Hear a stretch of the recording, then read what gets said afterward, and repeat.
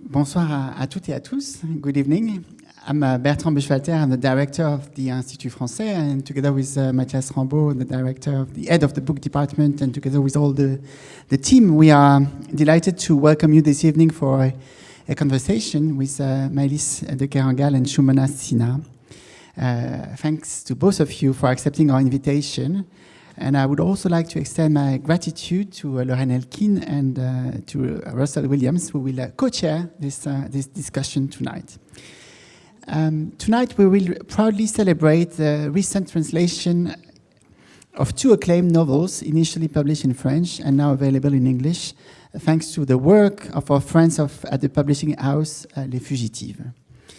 This event is part of the Institut ongoing program, Women Shaping the World, which addresses the issues and perspective on women's rights through a series of talks, film screenings, and literary discussions. Let me now briefly introduce our guest tonight. Maylis de Kerangal is the author of the novel Naissance d'un pont, Birth of a Bridge, which won the Prix Médicis in 2010. In 2014, her fifth novel, Réparer les vivants, Mend the Living, was published to wide acclaim in France and won the Wellcome Book Prize in 2017, only the second novel and the first work in translation ever to do so. Maylis de Kerangal's novel Eastbound, Tangente vers l'Est, came out in 2012 and is now published in English by Les Fugitives. Shumona Sinha was born and grew up in Calcutta in West Bengal.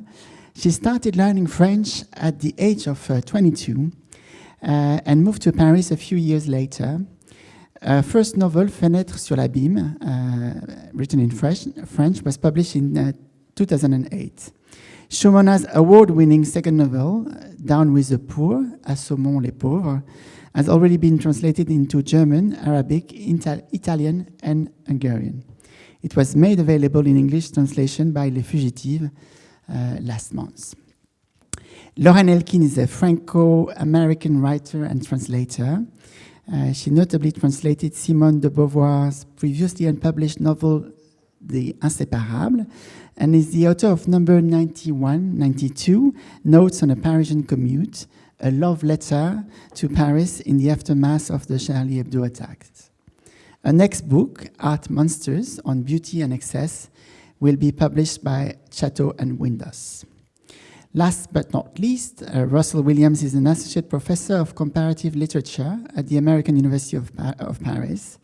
He's the author of a book about Michel Houellebecq and is the co-editor of the recent contemporary fiction in French published by Cambridge University Press. Let me also address a warm welcome to our friends from the Belfast Arts International Festival who watch this conversation online. And a final word also for our interpreter, Karine Kennedy, who will be the voice tonight of Maylis de Kerangal and Shumona Sinha, the English voice. Thank you very much. And without further ado, Lauren and Russell, the floor is yours. Merci Bertrand. Thank you to everyone for coming out tonight, and thank you to our wonderful guests for being with us, and for Russell for getting a very early Eurostar. And yeah, this is very cool and trippy. I'm very happy to be here with all of you tonight. Shumona in an email to me today likened this to a literary tennis doubles tennis match. So we're going to somehow, Russell and I, interview Maylis and Shumona sort of concurrently, but not all at the same time, because then no one would hear anything. I'm wondering how long that tennis metaphor is actually going to work. I don't know. It's almost also the way we're sitting. Yeah, it's going to be kind of funny. Like I'll serve that way. I'm really bad at tennis and all sports, so I'm going to stop with the metaphor right now. But yeah, so I think I will probably ask Maylis a couple of questions and then try to lance the ball in your general direction with some questions that can cut across maybe both books, and Russell will return the serve and Shumona will play with something, racket, I don't know. We'll see how it goes. And really, all three of you, if you want to jump in and say something, Karine as well, if you have thoughts on the matter, just jump in. We're going to talk for about an hour, and then we'll take some questions from the audience. unless we're supposed to cut this off sooner. I know it actually told me how long this is supposed to go, but roughly an hour, and we'd love to hear from all of you out there. And hello, Belfast. Welcome, in spite of the fact that you're not actually with us. We're thinking of you. So, Maylis, I loved your book so much. I read it very, very quickly and then reread it more slowly. But something about those different paces that the book kind of demanded from me or offered to me, I think says something about the way that you constructed it and the setting itself. It's a book that takes place on a train, the Trans-Siberian Express, from one end of Siberia to the other. And I don't want to talk too much about the book because I think authors can better represent their work than I can. But I wonder if there's something about the rhythm of the train that was very sort of promising to you in terms of what you wanted to do on the page and the narrative you wanted to create out of this train ride. Je vous remercie beaucoup de votre question. Et je voulais aussi remercier l'Institut français de son accueil délicat. Et alors donc, je reprends sur cette question du rythme. So I'd just like to thank you for your question. I'd also like to thank the French Institute for receiving me in such a sort of gentle fashion. So I'll come back to the question now, where you talked about the rhythm of the book. Effectivement, ce livre est né d'un voyage dans le transsibérien que j'ai effectué il y a une dizaine d'années avec d'autres écrivains dans le cadre des années France-Russie. Les auteurs russes étaient venus en France et ensuite certains auteurs français sont allés en Russie. So it's within the framework of a trip that took place 10 years ago. It was a Franco-Russian writers group, so there were some Russian writers that came to France and vice versa. Et une radio, une station française, donc France Culture, avait demandé à certains d'entre nous de revenir avec ce qui pourrait être 2 heures et demie d'émission, 5 demi-heures d'émission, une par jour de la semaine. So France Culture asked us to come back and they wanted to have 5 programs which were going to last half an hour a day. So in other words, 5 half-hour programs over a week.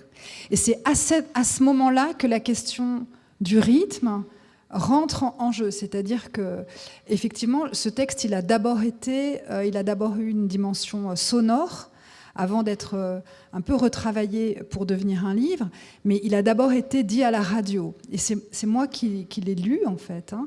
Et c'est vrai que immédiatement, le rythme de la phrase, pour moi, devait exprimer ce qui était aussi le rythme de ce train si spécial qui roule à 50 km/h, ce qui est assez lent, en fait. So in fact, at the time, the actual book came into play by me reading it. I was reading it on the radio, and so therefore rhythm also counted because I was reading it. And rhythm was also extremely relevant because after all, the train was also going at 5 kilometers an hour, which is really very slow. Et de fait, on entend 50. Ouais. C'était 50. 50. Ouais. 50. Et de fait, on entend, c'est un monde extrêmement sonore, le monde du transsibérien. C'est un monde extrêmement compartimenté, cloisonné. Il est toujours question de portes, de wagons, de souffler entre les wagons, de sas. Donc la qualité sonore du texte, pour moi, devait en rendre compte. Et dans cette histoire de double fuite, puisqu'il s'agit d'un jeune soldat qui fuit la conscription et d'une femme qui, elle, fuit un amour éteint et peut-être aussi un pays. Dans cette double fuite, il y avait quand même immédiatement la notion de vitesse, de rythme, d'urgence et en même temps cette notion de ce train qui traverse très lentement des espaces immenses. Et j'avais envie que la phrase, dans sa construction, dans son rythme, puisse transmettre cette espèce de double vitesse, de double cadence. So I really wanted to try to reflect the kind of double cadence in a way, that there was a kind of double speed. In other words, the woman was running away from a spent love, the man was running away because he didn't want to be a conscript, and then at the same time, within the train itself, there was an enormous amount of noise between the carriages. You heard the wind whistling, you heard sounds, so it was a kind of double escape. And something about that double kind of pace, I think, is interesting to consider. I mean, Russell and I were just talking about this before, the amazing timeliness now of this book, the fact that, you wrote it maybe a decade ago in a very different political context. At the beginning of the Ukrainian war, maybe we didn't have so much sympathy for Russian soldiers. And now, with Putin sending out this latest draft call and seeing, in the New York Times, like these pictures of men lining up to get into trains and buses, I wonder what that kind of double timing has felt like for you, or triple timing. Je dirais que c'est le hasard des traductions, c'est-à-dire que c'est un livre de fait qui revient et que je réenvisage et que je considère de nouveau dans un contexte totalement différent. Par ailleurs, je n'ai pas d'antipathie pour les soldats russes, au sens où je pense qu'ils sont obligés d'aller se battre. Alyosha, le protagoniste de mon livre, est un conscrit russe qui fait écho à la figure mythique et romanesque du soldat du roman russe, l'Alyosha de Dostoïevski ou de Tolstoï. Et en fait, on voit bien qu'il y a un lien extrêmement tendu entre la guerre et la Russie l'histoire de la Russie a à voir avec la guerre. Et c'est vrai qu'il y a une actualité de la traduction qui m'a beaucoup émue. Et évidemment que quand j'ai entendu que l'on rappelait 300 000 soldats pour aller se battre en Ukraine, j'ai évidemment pensé aussi à tous ces jeunes types qui sont embarqués, qui ne savent pas bien où ils vont, qui vont se battre, et puis évidemment à cette horreur de l'agression russe et du régime de Poutine, et ce que ça inflige évidemment à l'armée, enfin aux soldats ukrainiens aussi. Well, of course, when I heard about 300,000 conscripts being sent off to Ukraine, or being asked to go off to Ukraine, I thought about all these young men. I thought also about this appalling aggression towards Ukraine. I also thought about the horror of all these people being forcibly sent away. And I would say, in a way, it's kind of fate that really now I can look at my book potentially in a different context. I mean, often there's been a real antipathy as far as Russian attitudes. Alyosha, who was a Russian conscript and obviously didn't want to be conscripted, but this also reminds us, it echoes Dostoevsky and Tolstoy, the links of war and Russia, and then current history as well. I think I'm going to serve it over to Russell now to bring in Shumona. Yeah, thank you very much. It's this notion of temporal distance that I think is really fascinating with both these marvelous books. Down with the Poor was initially published in French in 2011, I think. I won't tell you a great deal about the contents of it. We'll find out a little bit about the character, the central character, this kind of fascinating central character as we go forward. But I'd like to reflect a little bit on the temporal distance, the difference in time, because the world has changed in 10 years. People have changed in 10 years, but the world has also stayed the same. And a lot of the issues that are articulated in Down with the Poor, a lot of words that float around. Nationalism, obviously, is something that's in the US, in India, in Italy this week, in France. The notion of kind of people traveling from one place to another because they want to, but also because they need to, because they have to, and being treated with contempt at the end of it. So these are acute issues, even now. And I guess, what does it mean to you, Shumona Sinha, to come back to this book in 2022? And really sneaky questions: which has changed the most, the book, the world, or you? Bonsoir. Thank you, Russell. I'll be answering the first part of your question in English, and then I'll come back to French. This is a very interesting question, Russell, because you're talking about the change of the world, the distance, physical distance, geographical distance, and time, the time gap. So thank you so much, Institut Français. Thank you, everybody, for being there. But first and foremost, what I want to say today, the first thing, that this evening, I'm happy to be here, but I would prefer to be in Tehran. I'm not hiding it today.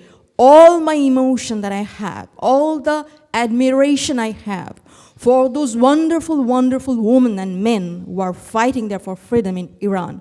So please allow me that I just dedicate my interview today to those people in Iran. And this is a revolution. This is not just a protest anymore. This is not just about, the police for the hijab. This is a whole change is coming up, and this is going to happen. There are schools, professors, universities, banks, militaries, footballers, actresses, journalists, intellectuals. They all are in strike now. So this is a huge moment, and literature is all about empathy. This is about altérité. If you don't have empathy for others, there is no point of talking and writing and talking about what you're writing. So you have understood I'm very, very emotional today, and I can't be in Tehran. These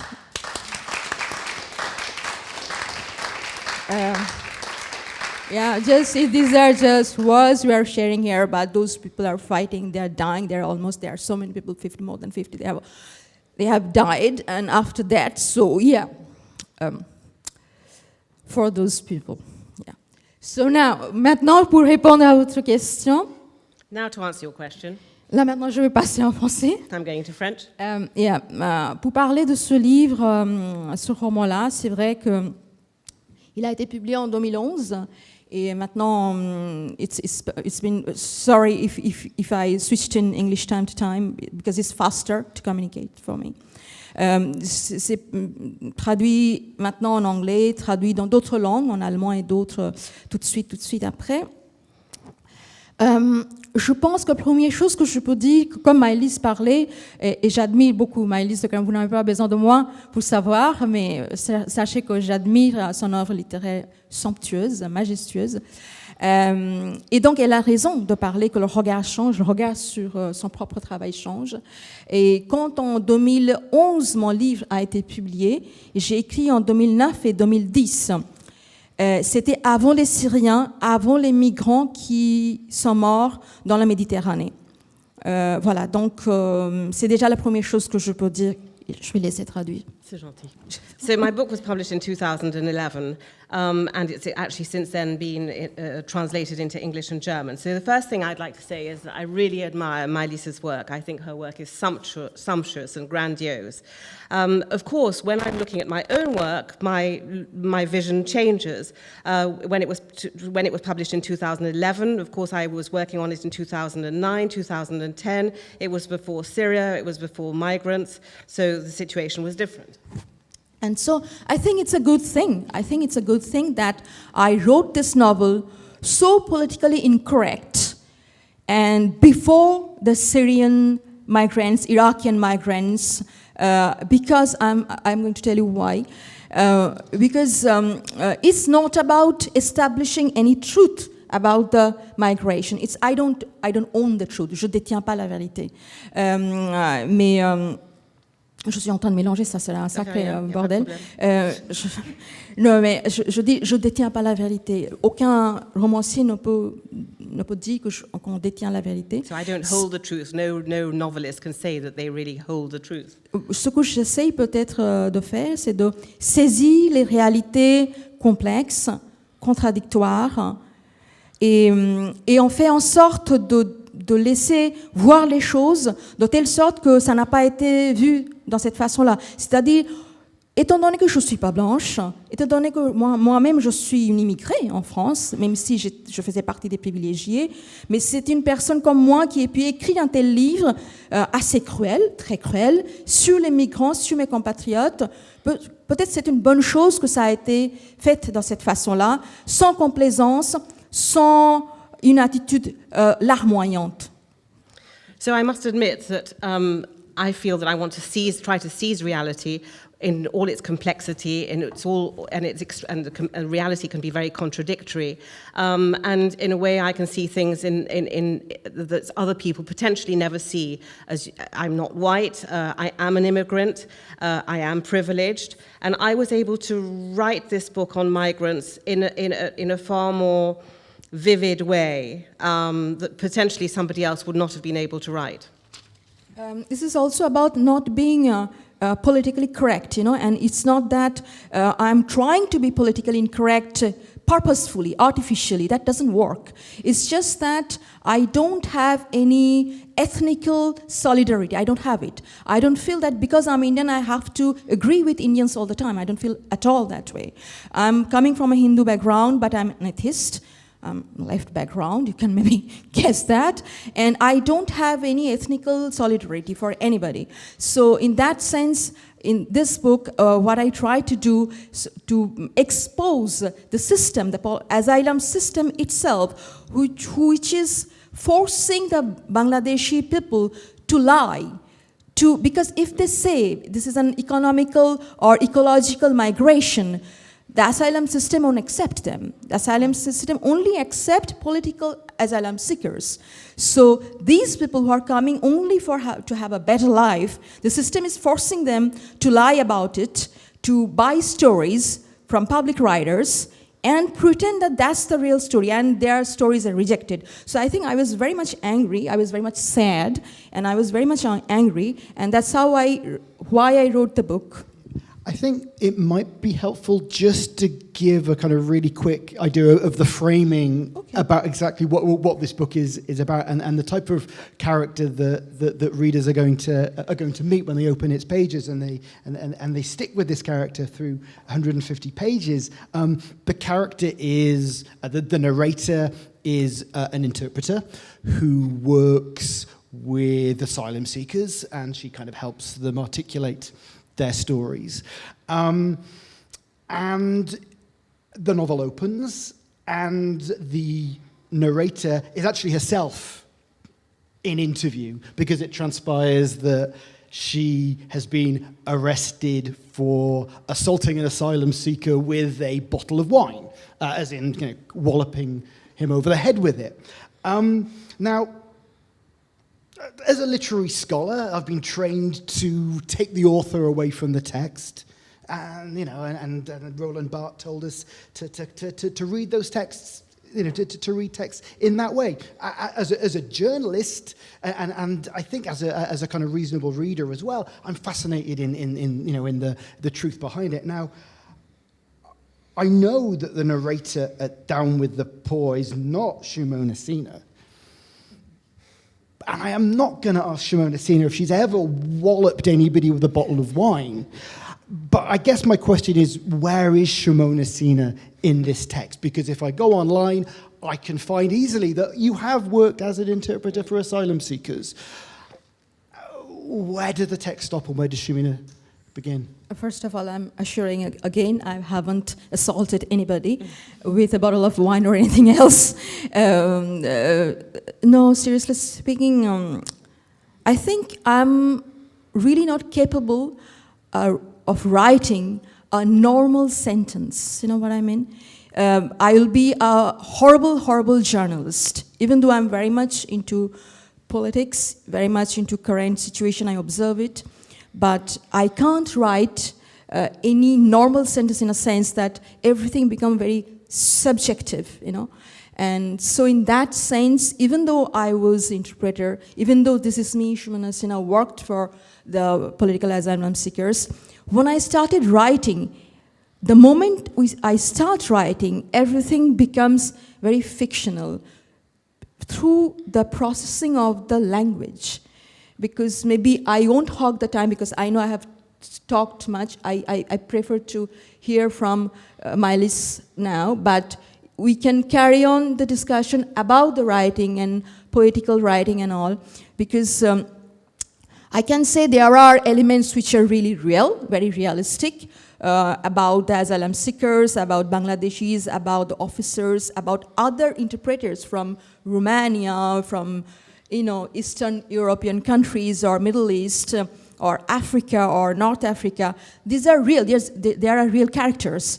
And but at the same time, this is all so transformed through my writing in such a subjective poetical state that I cannot say anymore it's a journalistic version, or it's just an observation. It's just a very, how to say it, very honest, very honest observation of the situation. Aragon a dit, le roman c'est menti vrai. Ça c'est très difficile à traduire parce que c'est une expression en français. Merci beaucoup.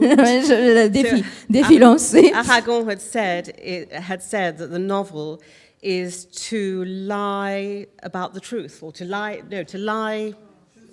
Truth. What would you like to say, madam? Truthfully. Possibly, to lie truthfully. To lie truthfully, see? So this is it, I think, Do you want to... Yeah, I mean, if Maylis, if there's anywhere in particular you'd like to take that, or I can pose another question, it's up to you. Well, so this question of empathy I find really compelling and interesting, you know, in my life as a writer and my life as a reader. I'm very suspicious of platitudes like reading teaches us empathy or whatever. I don't think it's false. I mean, I do think that it can teach us empathy. But I found myself wondering about that as I was reading your book and thinking about it, you know, in the present context of all of these recent poor men who've been conscripted into the Russian army to fight in Ukraine. To what extent are you thinking as a writer about the role of empathy in the context of your job as a writer, but also in the context of the book? What is Hélène feeling for Alyosha? What is he feeling for her? You know, how is empathy kind of structuring the unusual encounter between these two people on a train? Alors, ce que je pourrais dire, c'est que, comme le disait Shumona tout à l'heure, de fait déjà écrire, et écrire peut-être, je dirais, de la fiction, de la poésie aussi, mais je pense beaucoup de la fiction, c'est déjà une forme d'empathie. C'est-à-dire qu'il s'agit de toucher et d'être touché en retour. Enfin, c'est-à-dire il y a ce dialogue qui s'enclenche avec éventuellement un lecteur. Et pour moi, déjà, la littérature est affaire d'empathie. Et quand on essaye de voir quel est le rôle de l'empathie dans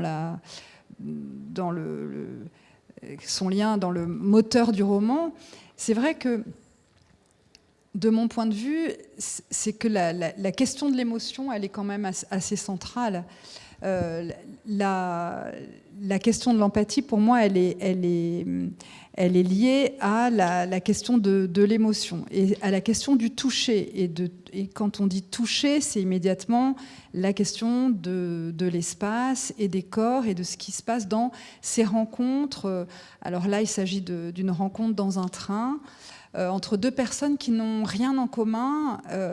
Elle, c'est une femme assez éduquée. On comprend qu'elle est française. Elle a suivi un homme en Russie et puis elle a quitté cet homme et elle prend le train. Et ce garçon, lui, c'est un jeune Russe qui n'a pas pu échapper à la conscription et qui est terrifié à l'idée d'être bizuté parce que jusqu'en 2009, la conscription en Russie, elle avait lieu sur 2 ans et les nouveaux, en fait, étaient bizutés de façon extrêmement violente par ceux qui étaient là l'année précédente. Et il y avait effectivement des déserteurs, mais aussi des crimes. Enfin, il y avait des décès, et c'est ce qu'on appelle la Diedovщина. Donc, c'est vraiment le bizutage des nouveaux conscrits russes, qui ont d'ailleurs déclenché ce grand mouvement de résistance des femmes, ce qu'on appelait le comité des mères de soldats en Russie, et cette femme, Valentina Melnikova, qui a mené ce combat des mères de soldats. Et ce que je veux dire, c'est que lui, il n'a pas pu du tout échapper à la conscription parce que c'est un jeune homme pauvre, donc il n'y a pas de moyen de corruption. Et puis aussi parce que c'est un homme qui n'a pas d'enfant, enfin qui n'a pas non plus réussi à peut-être se marier, parce qu'il y a cette question-là qu'il traverse à un moment donné, en tout cas d'avoir un enfant. Et donc, c'est des gens qui n'ont rien en commun. Alors là, j'ai parlé un long tunnel, pardon, excusez-moi. So, what can I say about that? I mean, as with Shumona, I write fiction, I write poetry, and it demonstrates a kind of empathy. And it means that you can touch people, and you can be touched, and you can touch people. literature itself certainly gives rise to empathy. But empathy is not sufficient by itself. You have to also have emotions. Within the novel that I wrote, there is a sense of emotion because you can sense the space, you can sense the bodies, you can sense what's happening within the novel. There are two people who are trying to find answers. The French woman went to Russia. She followed a lover who now she's fallen out of love with, and she's running away from him. The young conscript is also trying to run away from being conscripted. At one point in Russia, when you were conscripted, you would have normally 2 years, and it's well known that these conscripts were treated extremely violently. Certainly the new conscripts were treated extremely violently by the ones that had already been there for a year. There were many crimes that were committed. They even were killed, and it was called a Dianoshvina. There was also the resistance of the mothers of soldiers. Valentina Milnikova was responsible for that movement. So this young man was not able to escape, and he was, because he was so poor, he'd thought of times of potentially trying to have a child or getting married, but he wasn't able to do anything of the kind. Et justement, ce qui est intéressant, enfin, ce qui m'intéresse, c'est que dans la fuite, fuir, c'est aussi se réinventer tout le temps. Donc ces deux êtres, ils se rencontrent, il y a cette question d'empathie qu'elle va avoir pour lui, parce que de fait, lui demande de le cacher dans son compartiment. Et finalement, il y a cette idée de cette réinvention. Et pour moi, ce qui est très fort dans cette question de l'empathie qu'on retrouve dans le titre, parce que l'idée de la tangente, c'est l'idée de tangere, du toucher. C'est vraiment une ligne qui vient en toucher une autre. C'est comme une espèce d'asymptote aussi. Il y a une espèce de figure mathématique, donc deux trajectoires qui à un moment se touchent et puis qui reprennent chacune leur axe, enfin qui continuent en fait sur leur axe ensuite. Mais il y a ce moment où elles sont en tangente, elles tangentent l'une l'autre. Et pour moi, voilà, il y a entre l'idée de la tangente et l'idée du toucher et l'idée de l'empathie, voilà, c'est un espèce de complexe lexical qui est très fort et qui a conduit l'écriture du livre en fait. Well, what's interesting is that when the young man runs away, he's kind of trying to reinvent himself. And when when the French woman, when Hélène meets him, she has empathy for her because, after all, he asks her to hide him. And in a way, there's a kind of reinvention. There's stimulation of empathy. I mean, we think about tangere, which is to touch. There's a moment when they kind of get together. It's almost like a mathematical figure. These two trajectories get close to one another, and then their paths once again separate. So it's almost like a lexical conundrum. Et pour finir, la question de l'empathie, elle passe évidemment par les corps et par l'aspect sensoriel, aussi parce que ce sont deux êtres qui n'ont aucune langue en commun. Ils ne partagent aucune langue, elle ne parle pas le russe et lui ne parle pas le français. Et comment peuvent-ils se comprendre à tel point que leurs destins vont converger le temps d'un voyage? Qu'est-ce qui va se passer dans cette rencontre de si forts qui vont se toucher, s'entraider justement? Il va y avoir la question de la solidarité, de l'entraide. Et pour moi, ça vient aussi ça mobilise le fait que ce sont les corps qui parlent. Il y a une espèce de langue des signes qui s'engage entre eux. Et cette idée que c'est par les gestes, il y a réellement la mobilisation de leurs gestes, de leur corps, qui vont leur permettre d'entrer en contact. Et en fait, Eastbound, c'est vraiment l'histoire d'un contact, d'un toucher. On est vraiment dans voilà, qu'est-ce que c'est qu'entrer en contact avec l'autre? Et je reprends le terme de Shumona, c'est-à-dire c'est une histoire d'altérité. Le fond du livre, c'est comment est-ce qu'on regarde l'autre. Alors là, l'étranger, vraiment, ils sont étrangers l'un pour l'autre. Elle a peur de lui, il est étonné par elle, il voudrait qu'elle l'aide, il est plus brutale, elle est plus fuyante, et pourtant, et voilà, leur destin se rencontre vraiment comme deux lignes qui convergent, et puis le temps d'un voyage dans le transsibérien, dans un espace extrêmement restreint. Voilà. So there's a certain amount of empathy from a body point of view, from the senses, but they have no language in common. So how on earth are they able to understand one another? But they are nevertheless able to touch one another. They are able to help one another. There's a certain feeling of solidarity.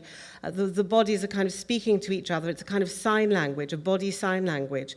And they're able to mobilize each other. They're able to really make contact. Eastbound really is a question of a moment, of a period of time when which Shumona talked about as well. When you're looking at strangers, but you're able to establish a certain link. She's scared of him. He wants her to help him, and so during the journey, their lives touch one another. Certainly touch one another. I think that's probably a good point to throw it back to you guys. Yeah, no. The word empathy's come up a fair bit recently, and the word poetry's come up a fair bit. And I think on a wet Tuesday evening, I think we should kind of dwell on the poetic for a little bit, and I think we should really think about that. At the risk of indulging myself a little bit, there's a French poetry theorist that nobody reads anymore called Jean Cohen, and he had this idea that there were two types of language. He had this idea that there was, normal communicative language and poetic language, and the idea that poetry is a language that actually makes you feel a certain way. It isn't the description of that emotion, it is that emotion. And I think one of the things that I really found on reading Down with the Poor is it's a really kind of emotional journey in many ways, but it's not always empathy, where we are in close contact with a character who is frustrated or tired or pissed off or horny, or all of these things all at once. And I think I'm really interested, Shumona, in you're a poet, right? And you've written extensively, in the world of poetry, and this is presented as a novel. And I guess I'm wondering the role that poetic language plays in this for you. And it seems that there's almost like two forms of language. In here, you've got the cold, hard language of administration that is affecting migrants. But we don't really see that in the novel, but we see the effects of it. We see the violence that is done by it. And on the other hand, we've got the emotional language of poetry that we're in the heart of. So I guess I'm wondering how your experience is writing poetry that is described as poetry has shaped your novel writing. Thank you so much, Russell, for all these comments and questions. Je suis un poète raté. Really, I'm a failed poet. I'm a failure as a poet. I started writing poems when I was 11, 12 years old, like lots of adolescent. You see a boy, you fall in love with. You see a girl, you fall in love with. For me, it was both, actually. I was falling in love with, at the same time, with a boy, and later with a girl. And but spatially, I was very much motivated about the political situation in India.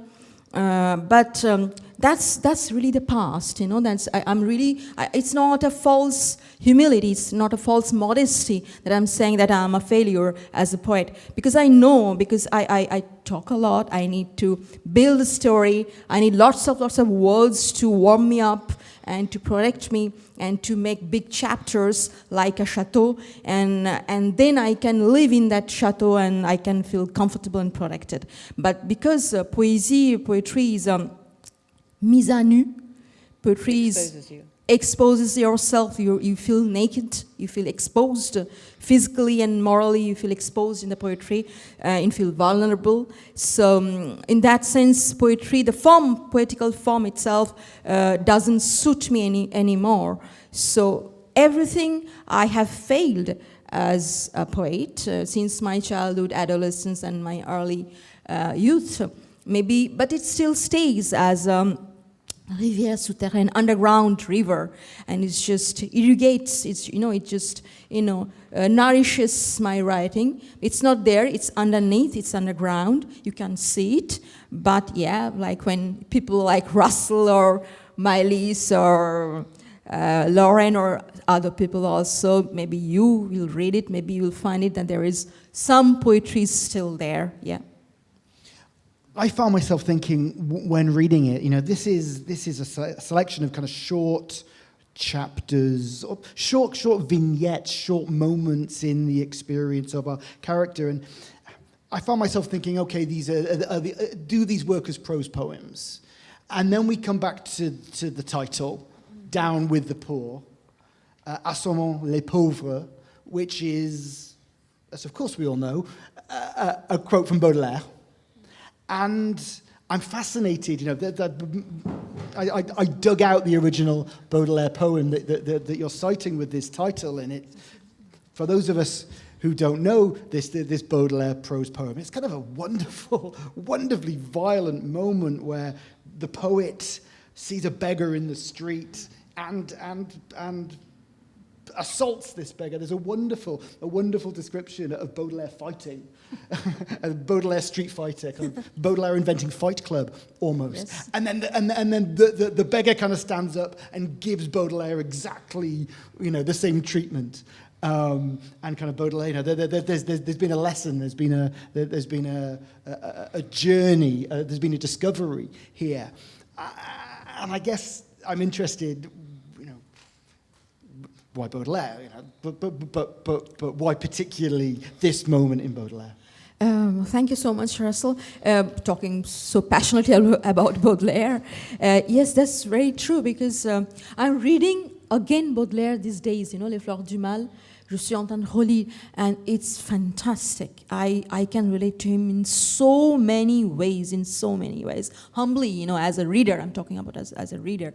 It's so dark, but there's a light in that darkness. This is kind of energy. This is kind of very angry, vindicative, very pathological energy in that darkness in Baudelaire's poetry, and he goes down in the hell.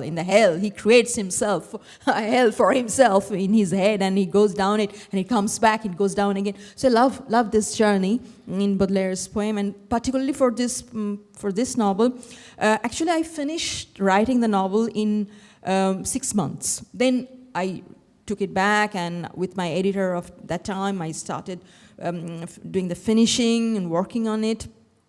But I couldn't find the title. So I was advised that I should read this particular poem en prose de Baudelaire, and I did.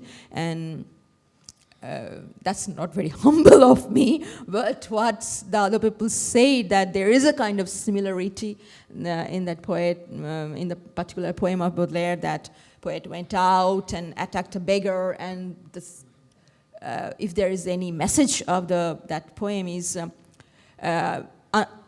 until you are begging, still you are begging, I'm not going to give you anything. Just rise up, stand up. And unless you stand up, I am going to hit you. I'm going to provoke you. I'm going to hit you unless you stand up to me and you hit me back. Then you are my equal. Then I will give you something. That's very harsh. That's extremely cruel, and it can't work all the time.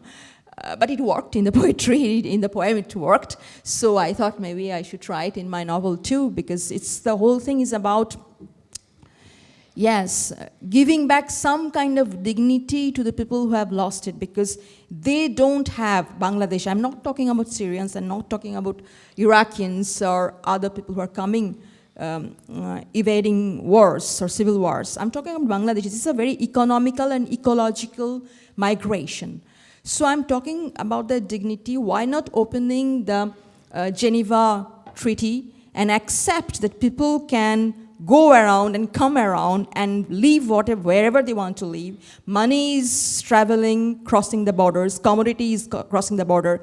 Leisure is crossing the border, but men cannot cross the border. So maybe just let them be where they want to be and let them work with their head high and let's just give them some kind of dignity. So I'll come back to the, to the title. Maybe that's the reason I was so much angry, because my fellow people were begging, and I didn't want to see them begging. I didn't want to see them in such a humiliating position. They're humiliating themselves. So yeah, that's the story. So reading these two books together, I think it's so fantastic, first of all, that Cécile has brought them out at the same time, like more or less, within a few weeks or a couple of months of each other, that we're having this event to talk about these two books together, because there's so many rich resonances between them, and sort of one of the major ones that jumped out at me, Shumona, it comes from your book, but I felt like it resonated so deeply with Maylis's book, this idea of freedom, élutera. You quote Pascal Quignard in your epigraph as, freedom as being, or maybe these are your words actually, freedom as being the right to go where you want to go, the right of movement. I mean, we're talking about this in Brexit Britain at a time where I think many of us are very frustrated that we've lost the right to live in wherever we want and to move around as we like. So I wonder how if the two of you want to speak each to this idea of freedom as being the ability to go where you want to go, basically. Freedom of movement as being the kind of key to freedom itself. Alors, moi j'ai un esprit contestataire. If you give me white shirt, I'll talk about the black shirt. Now you're agreeing with me, so I'm feeling like, maybe I'll try something else. No, seriously, see, there is a different kind of freedom. I think internet today is a huge possibility of freedom, because see what's happening in Iran or somewhere else, in Ukraine, or even in India, political situation in India. We wouldn't be able to show our solidarity with these people if the internet wasn't there. So there is some kind of freedom is there. We are not appreciating it properly because we have some kind of very legitimated apprehension of internet, of social media. We know that the space is not at all friendly. We know that. But at the same time, there is some kind of freedom people are trying to get, because in Iran, the hackers, they have already broken the system.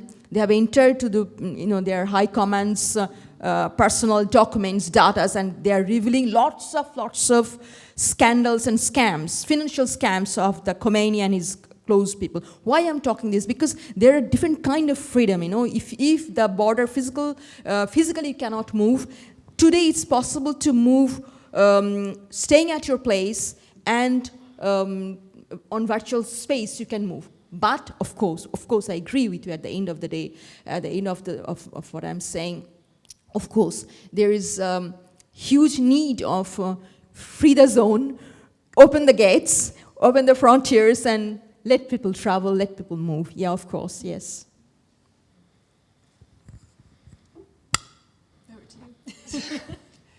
Sur la liberté dans... Oui, la liberté comme étant, à la base, un moteur ou le droit d'aller où on veut.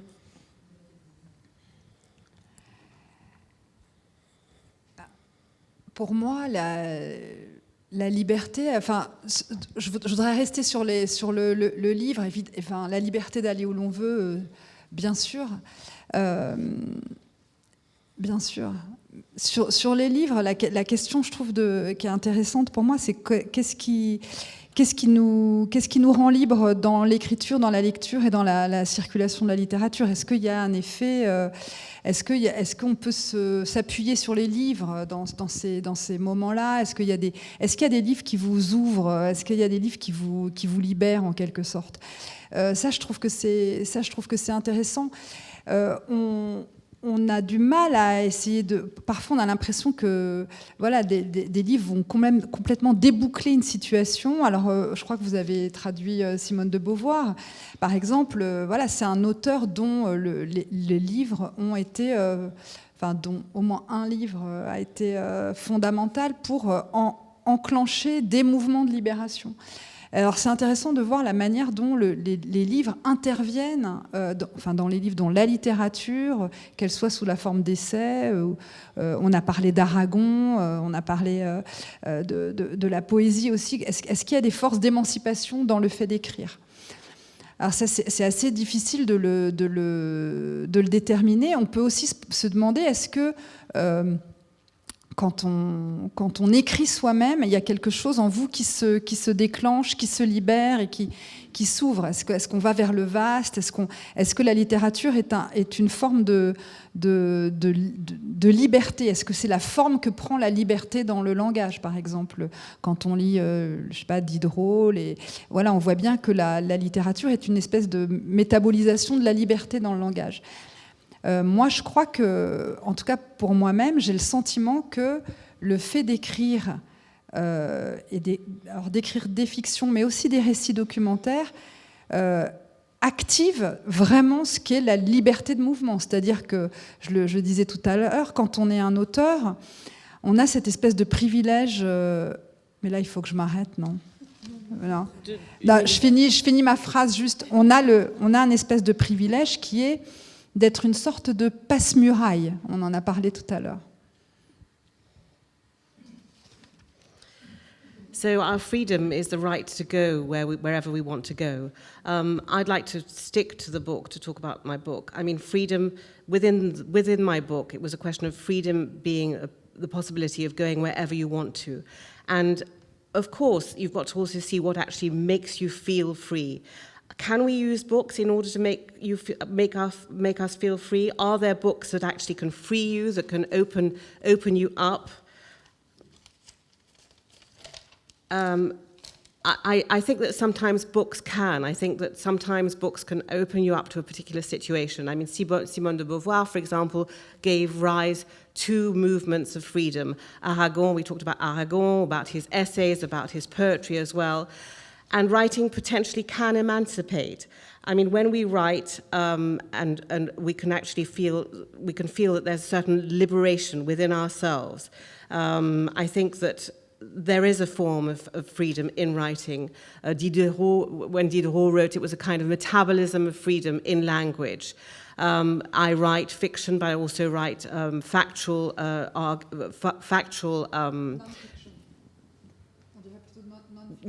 write also non-fiction. Merci.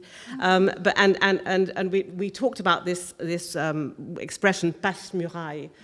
We can act as a kind of it's a way of sort of passing through, getting through. There's no direct. I mean, we looked it up, passe-muraille, and it said in English it was the same thing. Ouais, c'est le titre d'un livre de Marcel Aimé. En fait, c'est vraiment l'histoire du passe-muraille. Et c'est vrai que quand on est un auteur et qu'on est accueilli comme auteur, en fait. So it's when you're an author and you're really kind of considered as being an author. Vous pouvez aller où vous voulez. You can actually go wherever you want. C'est-à-dire, vous pouvez aller en prison, voir. En fait, vous pouvez aller dans des lieux d'invisibilité sociale. Vous pouvez aller dans un hôpital psychiatrique, vous pouvez aller dans une prison, vous pouvez aller éventuellement sur un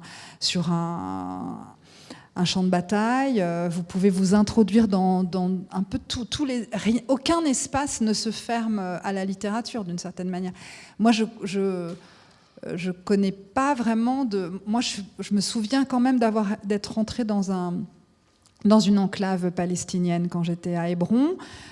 C'était donc dans ce qu'on appelle H2, il y avait vraiment personne, juste des Palestiniens qui étaient là.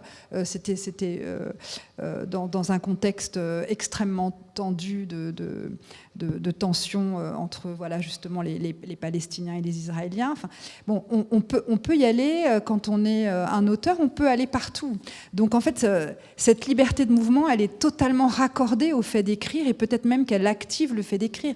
Moi, j'ai pu aller dans un bloc chirurgical, enfin dans une salle d'opération où j'ai pu assister à la réimplantation d'un cœur humain sur un patient. Vous voyez, on assiste on a une possibilité dans le réel d'accéder à des lieux qui ne vous sont pas ouverts si vous n'êtes pas porté par le fait que vous êtes auteur, enfin que vous allez écrire. C'est quand même un espèce de pouvoir extraordinaire que détiennent les romanciers, dont ils usent comme ils veulent. Et c'est vrai que moi, je pense que réellement la question du mouvement, elle est si présente dans mon travail. Elle est présente aussi, enfin, elle est tellement présente dans mon écriture elle-même, hein, le fait d'inscrire un mouvement dans la question du mouvement, mais c'est aussi parce que écrire est en soi un mouvement, et surtout que écrivain vous donne la possibilité, vous donne la liberté d'aller finalement quasiment partout. J'essaye de voir des endroits dont on serait exclu, et j'en trouve pas en fait. Hein. C'est cette histoire de passe-muraille, et puis aussi au-dessus de la frontière. Il n'y a pas de frontière. Il faudrait reparler de la traduction, mais de fait, la littérature ne devrait pas connaître de frontières. Enfin, il y a une question elle fait fi des frontières. De fait, tout se raccorde à cette idée de la liberté de mouvement, comme disait Lorraine. As Lauren was saying earlier on, everything is linked to the question of freedom of movement. As an author, I've had the possibility of finding myself in all kinds of places. For example, in a psychiatric hospital, in a prison. You can even be in a battlefield. There's no space that's forbidden when you're an author. You're allowed to have access to many places. For example, I found myself in a Palestinian enclave in Hebron, H2, and the atmosphere was extremely tense. The atmosphere between the Palestinians and the Israelis, but I was allowed to be there, and I was allowed to also. When you're an author, you have that freedom, you have that possibility to write wherever you want. I found myself, for example, in an operating theatre, and I saw a human heart being transplanted. As an author, you have an extraordinary amount of power. So being an author in itself, it gives you the possibility it gives rise to movement. I mean, writing is also another way of giving you the freedom, the possibility of going everywhere. I've often gone to places that are excluded. And as we talked about before, about the passe-muraille, in other words, I'm able to make sure that there are no borders that are actually going to forbid me from getting into various places. Oui, je me souviens que quand j'avais écrit Naissance d'un pont, j'étais montée au sommet des piles du pont du Golden Gate Bridge à San Francisco, et c'était quand même tout un truc d'accéder là. Il y avait des tas d'autorisations à demander, et je pense l'idée que quelqu'un veuille écrire un roman, tout d'un coup, ça vous ouvrait la porte. Donc ça, c'était dans le très haut. Et dans le très bas, j'étais à Kiruna, qui est la plus grande mine de fer au monde, en Suède. Et je sais que je suis descendue, je crois... alors, bon, il y avait quand même il forait jusqu'à 1200 mètres sous terre, et j'avais évidemment demandé de descendre jusque-là. Là, je sentais qu'il y avait de la tension et il y avait des histoires de sécurité. Donc, je crois que je m'étais arrêtée un palier en dessous. Et puis, Mais voyez, c'est-à-dire que quand même, on peut entrer partout. Alors, c'est des exemples de liberté de mouvement au sens strict du terme physique, mais évidemment que ça métaphorise aussi le roman en soi, c'est-à-dire que pour le coup, la liberté est chevillée quand même au geste d'écrire et au geste d'écrire de la littérature. Well, I remember, for example, when I was writing Naissance d'un pont, I wanted to have permission to get into the Golden Gate Bridge, and it was, quite complicated from an administrative point of view. You had to get all kinds of permissions, but I was able to do so. And for example, I also visited an iron ore factory, a mine, in Sweden, which was called Shumona Kiona. And you were able to, they were actually foraging 1,200 feet underground, and I wanted to, 1,200 meters underground, and I wanted to get down there. I was able to just go one level above because they were a bit iffy about letting me go down even further. But so therefore, the thing that's extraordinary about writing is that it allows you, it allows you to move, it allows you to displace yourself physically, but also it allows you to move at a metaphysical level.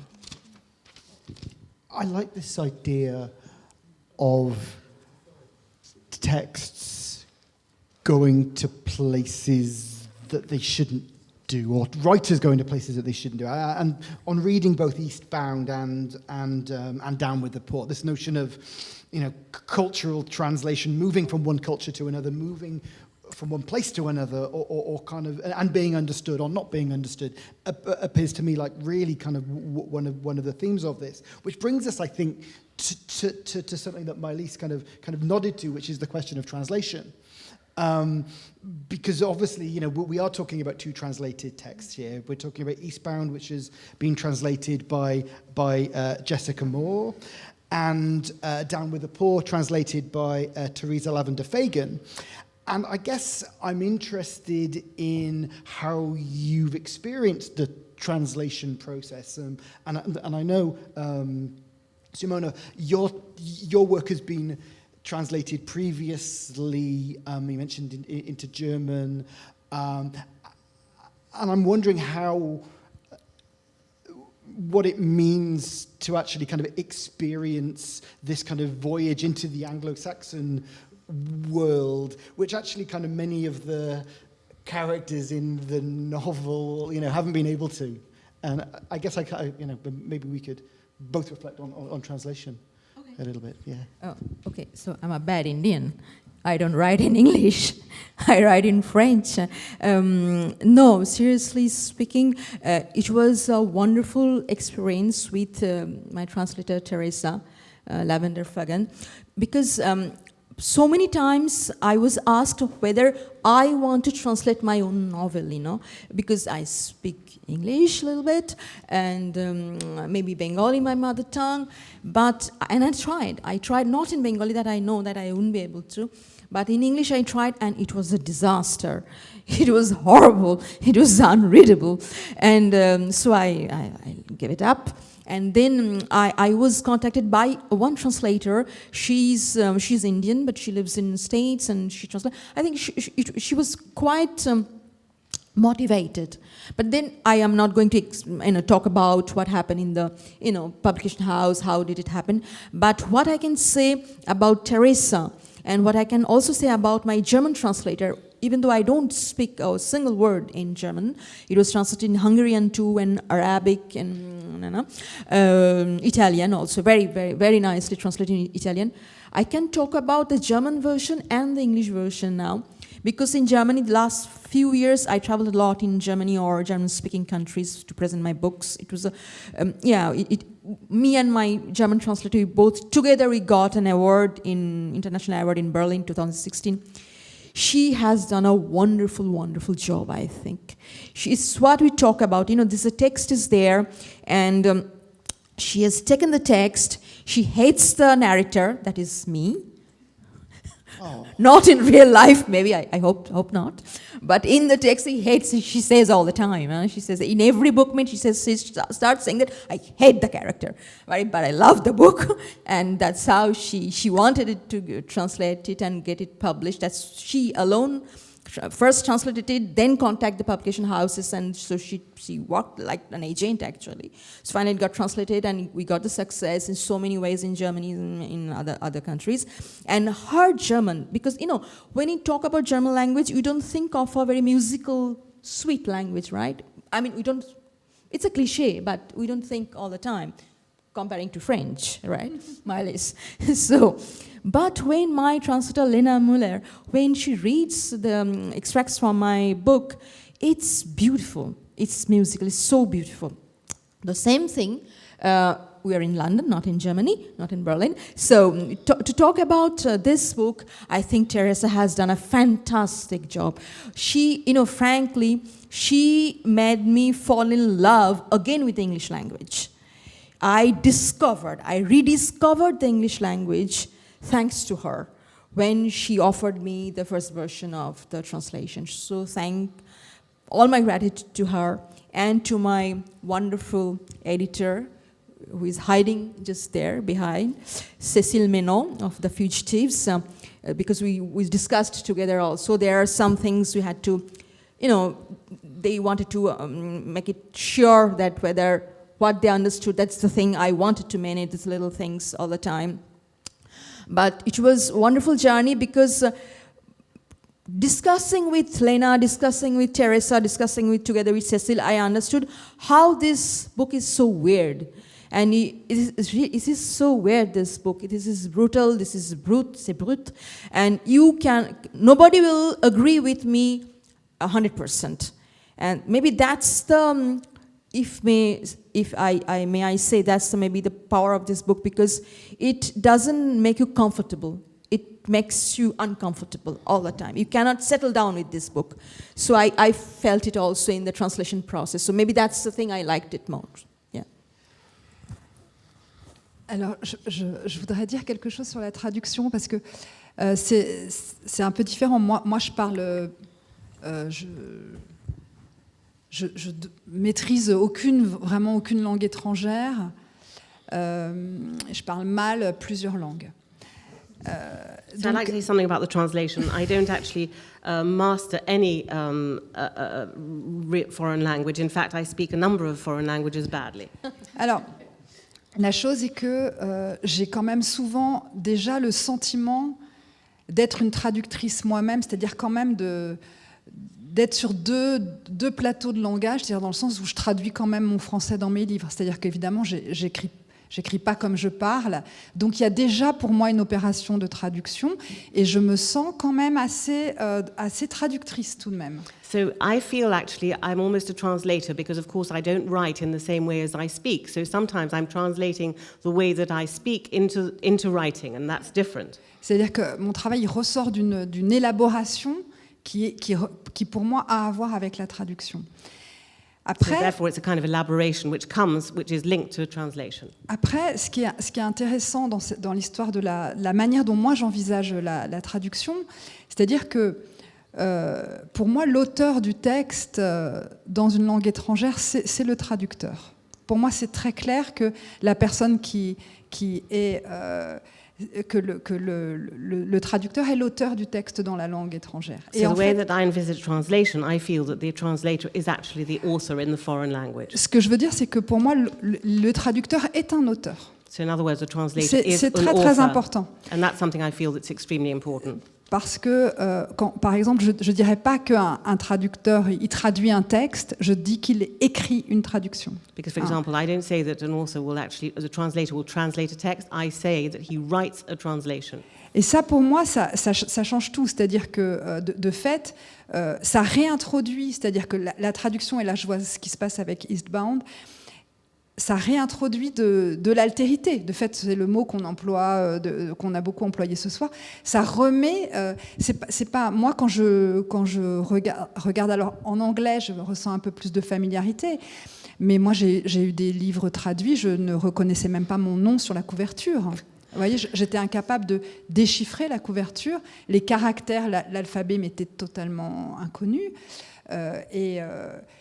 Et si vous voulez, il y avait un rapport extrêmement étrange avec un livre dont d'ailleurs, j'étais totalement obligée de faire totalement confiance au traducteur, qu'il soit, je ne sais pas, chinois par exemple, je me souviens, ou même finlandais, enfin des langues, si vous voulez, où on ouvre les pages et on est quand même face à quelque chose avec justement une dimension d'altérité extrêmement forte. Et moi, j'ai aucun appui. Donc, en fait, le traducteur, il traduit comme il le sent, comme il le souhaite, en fait. Là, je voyais en arabe, je reçois des mails du traducteur qui me demande, qui pose des questions. Je peux lui répondre, mais au final, c'est lui qui traduit. Alors ça, c'est quand même un truc incroyable. Il faut bien se dire quand même que les traducteurs sont plus que on dit que ce sont des passeurs, etc. Mais ils formalisent quand même beaucoup le texte. Alors, So we have to realize that, in fact, translators are almost like passeurs. They kind of formalize the text. I mean, there are a number of texts that have been translated of mine, for example, into Chinese or into Finnish, and I look at them, but they don't speak to me. I can't really, I can't have a rapport with them at all. Yes, with English, I'm familiar with English, so it does mean something to me. But for example, as far as Arabic is concerned, I received emails from the translator, and I was able to answer those emails, but it still doesn't mean to say that once it was actually translated into Arabic, I was able to understand anything. ouais, et ça, je trouve que c'est d'autant plus important qu'il y a aussi un mouvement pour la reconnaissance des traducteurs, hein, et la façon dont ils sont souvent rendus invisibles sur les livres. Leur rôle est souvent finalement minimisé. On pense que voilà, on les voit un petit peu comme des espèces de machines, voilà, qui vont transformer un texte de manière un peu mécanique. En fait, le traducteur a une importance vraiment très, très forte. Et en fait, on fait équipe avec Jessica Moore depuis Naissance d'un pont. Elle a traduit plusieurs livres, 4 ou 5 maintenant. Et pour moi, c'est presque plus qu'une traductrice, c'est vraiment la question de la voix. Hein. C'est quand même quelqu'un qui...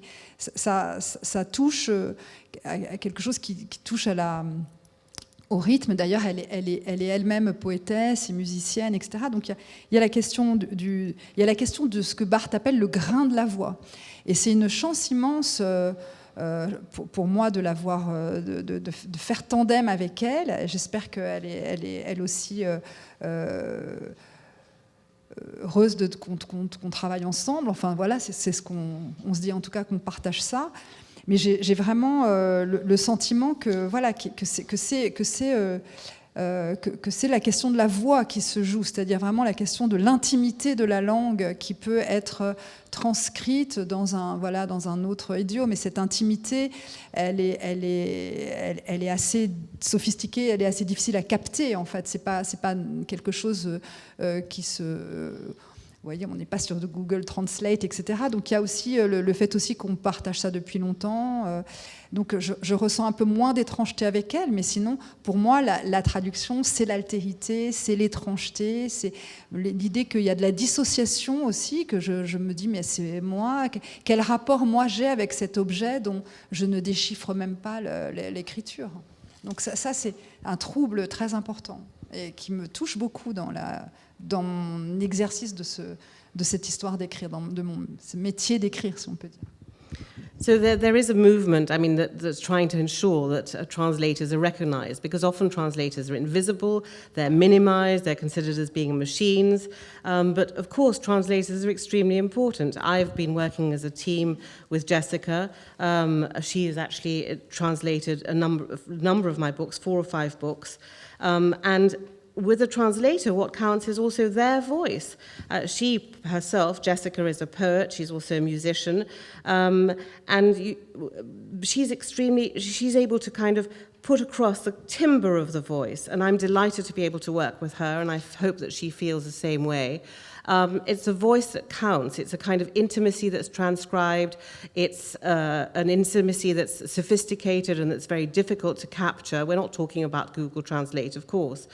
So I really feel very close to her. But of course, sometimes there are some translations that I find much more difficult to feel any kind of rapport with because they're so alien.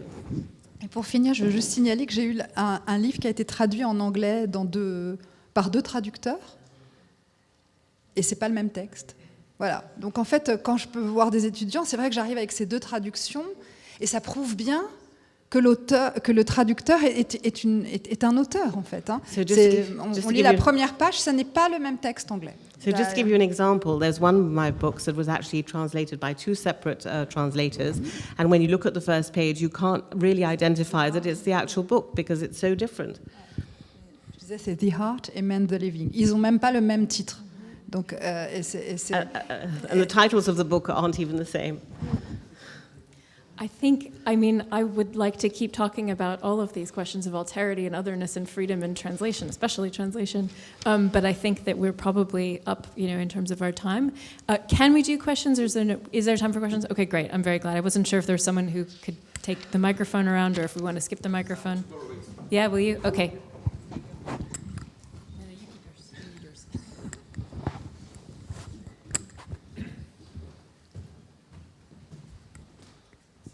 Je peux poser ma question en français? Oui. Bonsoir et merci pour vos interventions lumineuses. Ma question s'adresse aux deux autrices. Est-ce qu'il vous arrive de vouloir, quelquefois, avant de commencer un roman, intégrer une anecdote ou un fait et que la greffe ne prenne pas? Donc, est-ce que c'est une façon de travailler pour vous ou c'est plus dans l'improvisation? So before beginning writing a novel, has it happened to you sometimes that it's just not working for you, that you're not able to start it? Je pense que, okay, you were asking about whether there's a particular incident we started writing already, and there's a particular incident I want to integrate in my novel, and the grave, how does it translate grave? The transplant, yes, thank you. Bad Indian. Transplant is not taking, so it happens all the time. But somehow you have to work it. And I remember one of Maylis' quote.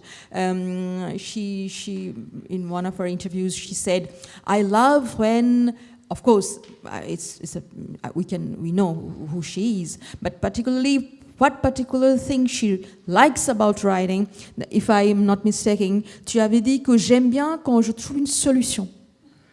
She said she loves it when she could find a solution. And I loved it. I understood it so well. You know, there's something, what you said, that I want to integrate a particular topic, a particular character, and particular incident, and it's not taking it, the implant is not taking, but when I find the solution, sometimes just little sentence is okay, sometimes it's just a technical thing, and it works out. It's wonderful then.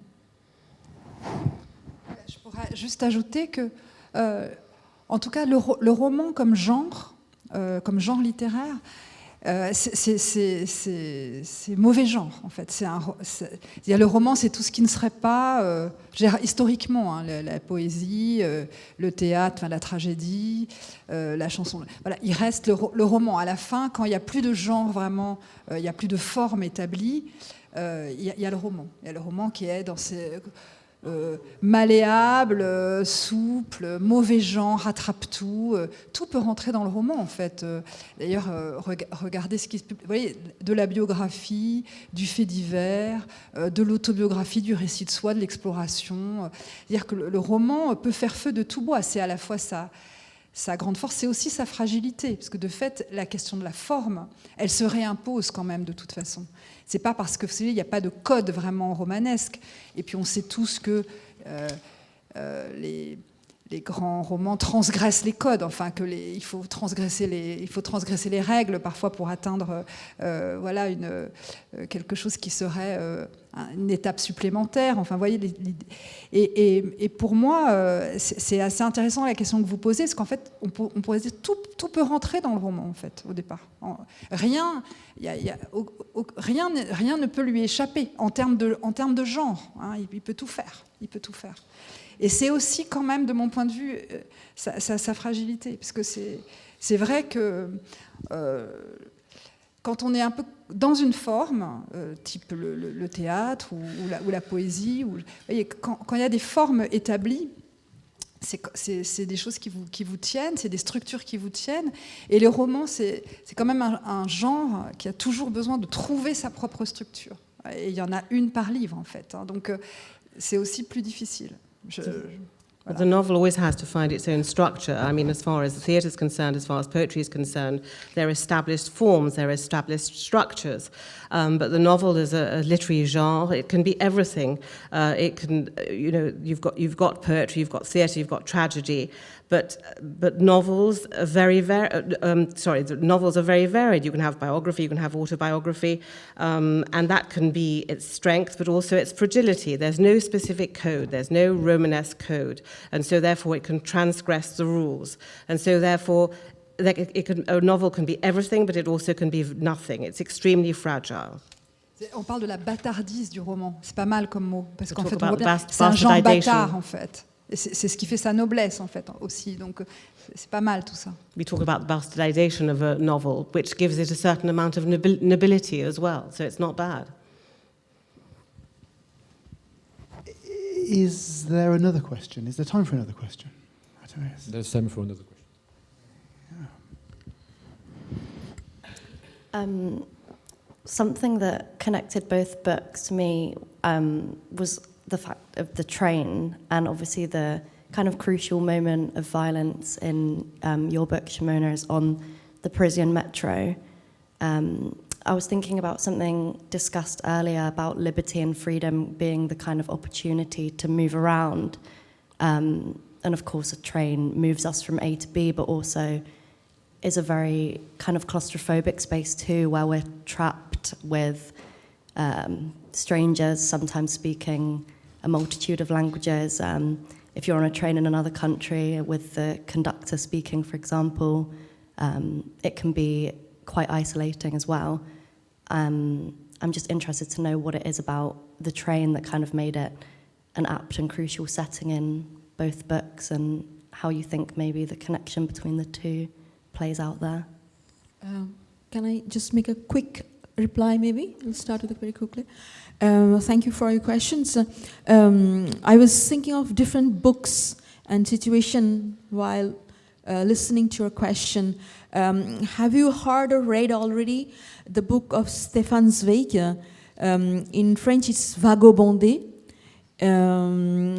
It's about Lenin's journey when Lenin was in the train, and he was preparing the revolution. The whole revolution was prepared, at least the last part of it, in the train. And that's the first thing I thought about when I was listening to your comment and question. And secondly, also, I think in Europe, maybe not so much in India differently, but maybe I think in Europe, since 1930s and since the Second World War, I think you know what I'm talking about. Train is a very political symbol, right? It's something when you in films, so you listen to the whistle of the train, and you think about a huge, black, massive, giant, monster kind of train, and all the gas is coming out, pouring out, and you think of all those people, in those days. So I think it's there. We are kind of, our consciousness or our spirit is like tattooed or marked forever with the symbolic of the train.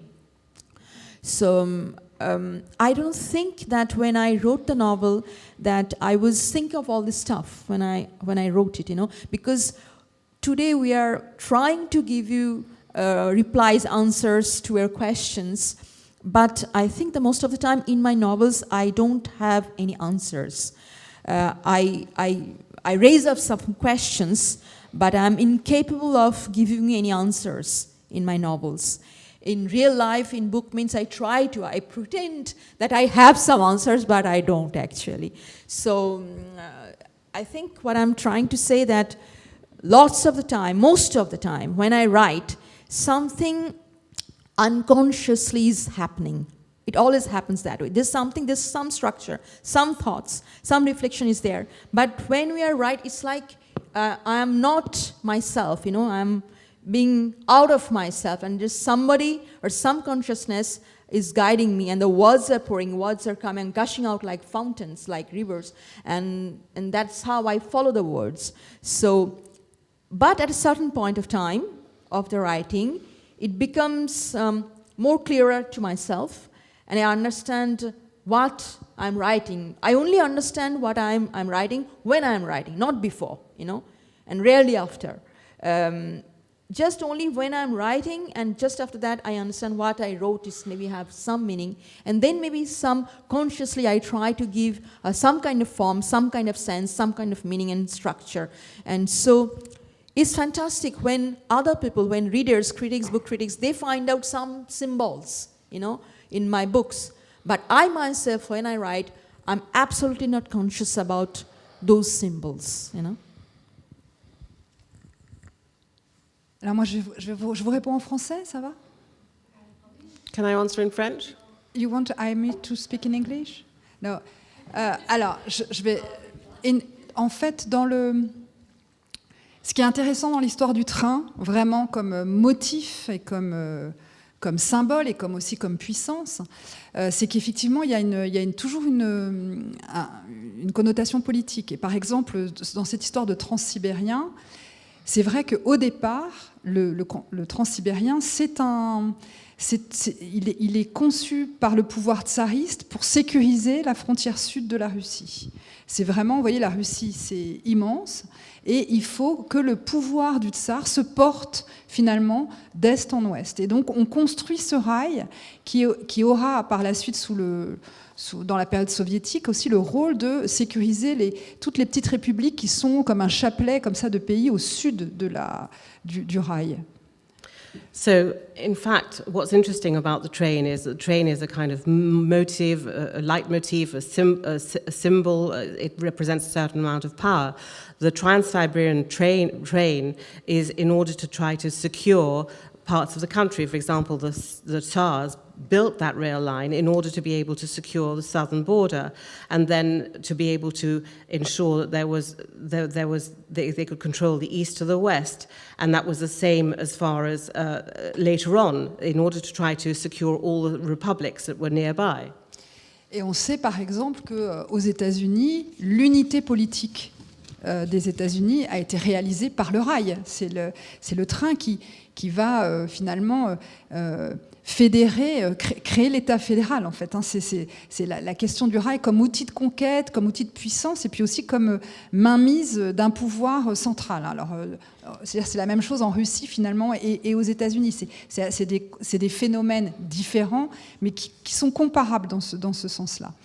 So in the US, in fact, the situation is exactly the same. The railway system was able to create a federal state. It was able to make sure that the power could be well established. So in the US and in Russia, the idea or the raison d'être is very similar.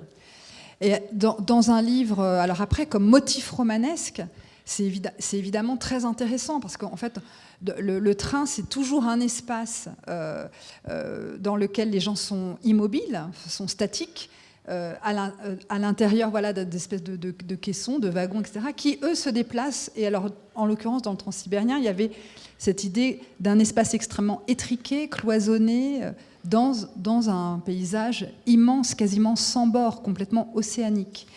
Alors ça c'est toujours très intéressant parce que le train c'est aussi du paysage qui défile à la fenêtre, c'est immédiatement de l'espace et en l'occurrence du temps, puisqu'en fait quand on est dans le transsibérien on remonte les fuseaux horaires vers l'est. Si on considère que Greenwich est le méridien de référence. Et alors pour tout ça, le train c'est un motif et c'est même une machine à fiction extrêmement puissante. C'est aussi comme on en parlait avec Lorraine, la question des rencontres, du hasard. Il se passe toujours énormément de choses dans les trains. Pour moi, c'est quasiment un avatar du roman, quoi. C'est une machine romanesque extrêmement riche, parce qu'il y a immédiatement du paysage, de l'espace et du temps, et puis voilà, du hasard, du destin. Il y a beaucoup de livres qui, justement, déplient comme ça ces rencontres qui ont lieu dans les trains. Et je trouve que c'est souvent des livres que je trouve intéressants. Enfin, c'est comment est-ce que on rend compte des hasards de rencontres. On s'assied dans un train, la conversation s'engage, et puis tout d'un coup, c'est des carrefours extraordinaires voilà, il y a quelque chose qui se produit. Pour tout ça, je trouve que c'est un motif très, très fort. Well, I think the idea of the motive of a train is something that's really interesting, a very strong motive, because often they're crossroads where various things happen. For a book, it certainly is interesting because the people within the train are static. So they move within the train, but at the same time, the Trans-Siberian train is extremely cloistered.